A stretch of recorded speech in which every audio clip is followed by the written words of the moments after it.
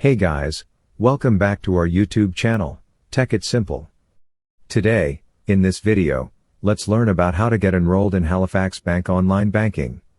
So, let's get started. At first, let's get into any browser and search for Halifax Bank.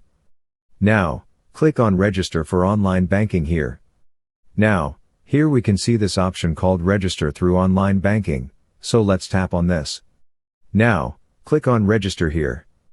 Now, in the first step, we need to enter our details.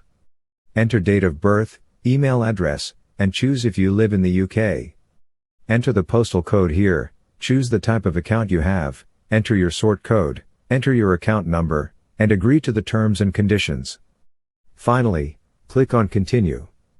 After this, verification of the details you have entered will be done.